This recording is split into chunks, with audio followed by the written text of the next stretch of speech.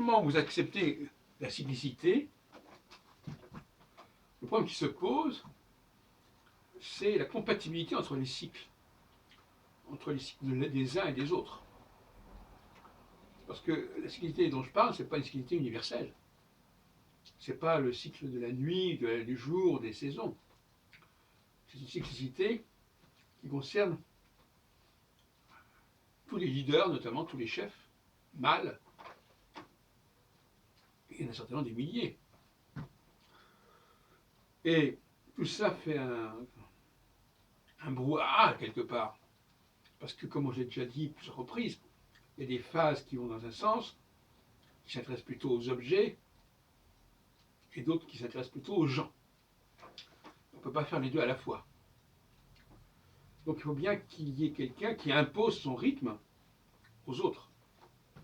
C'est tout là l'enjeu. Et dans le couple, notamment, si l'homme et la femme avaient chacun un cycle intrinsèque, ce serait insupportable. L'intérêt à U, l'autre intérêt à dia. Donc ça suppose que la femme s'aligne sur le cycle de l'homme. Que lorsque l'homme est en quadrature, la femme soit ipso facto en quadrature. Que quand l'homme est en conjonction, la femme soit ipso facto en conjonction. Et c'est comme ça que ça peut fonctionner. D'autant plus que la femme ne sera plus la même femme, puisqu'elle sera en phase avec un homme qui ne sera pas toujours le même homme. Quand l'homme aura besoin d'une amante, il faut qu'elle soit amante. Quand l'homme aura besoin d'une secrétaire, il faut qu'elle soit secrétaire.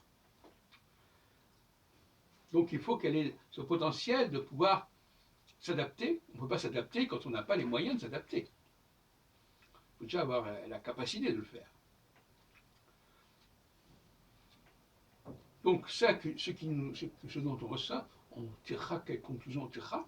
Eh bien on tirera la conclusion que la femme ne peut pas avoir un cycle qui soit propre, car si c'était le cas, elle ne pourrait pas vivre avec l'homme.